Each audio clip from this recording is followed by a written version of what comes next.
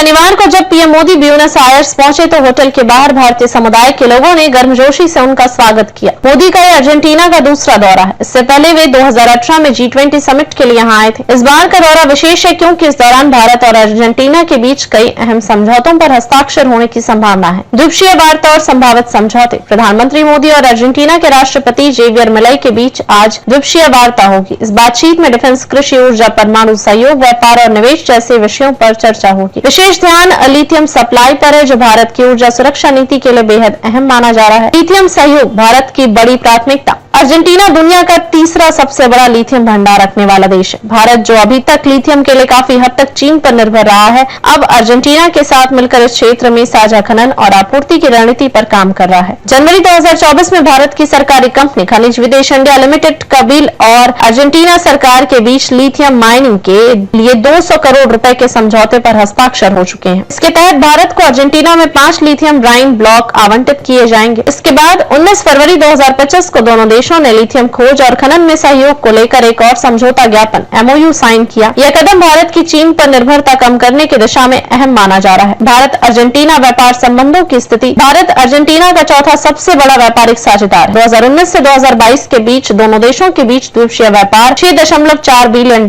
लगभग 53,000 करोड़ रुपए तक पहुंच चुका है। भारत अर्जेंटीना को पेट्रोलियम, तेल, कृषि, रसायन और दोपहिया वाहन निर्यात करता है, जबकि अर्जेंटीना से भारत वनस्पति तेल, चमड़ा और अनाज आयात करता है। इस यात्रा के दौरान इन व्यापारिक क्षेत्रों में भी नई संभावनाओं और विस्तार पर चर्चा की उम्मीद की जा रही है। न्यूक्लियर सहयोग में भी मजबूती। भारत और अर्जेंटीना के बीच शांतिपूर्ण परमाणु ऊर्जा कार्यक्रम में भी सहयोग जारी है। अर्जेंटीना भारत की न्यूक्लियर सप्लायर्स ग्रुप NSG की सदस्यता का समर्थन करता रहा है। भारत ने 2016 में NSG सदस्यता के लिए आवेदन किया था और यह समर्थन भारत की वैश्विक ऊर्जा कूटनीति के लिए महत्वपूर्ण है। 5 देशों की विदेश यात्रा का हिस्सा। यह दौरा प्रधानमंत्री मोदी की 2 जुलाई से 10 जुलाई तक की 5 देशों की विदेश यात्रा का हिस्सा है। अब तक वे घाना और त्रिनिदाद एंड टोबैको की यात्रा कर चुके हैं। अर्जेंटीना के बाद उनका अगला पड़ाव ब्राजील है, जहां वे बहुपक्षीय बैठकों में हिस्सा लेंगे। भारतीय समुदाय से संवाद। दौरे के दौरान प्रधानमंत्री मोदी भारतीय मूल के लोगों को भी संबोधित करेंगे। यह संवाद न केवल सांस्कृतिक जुड़ाव को मजबूत करता है, बल्कि द्विपक्षीय जन सहयोग की नींव भी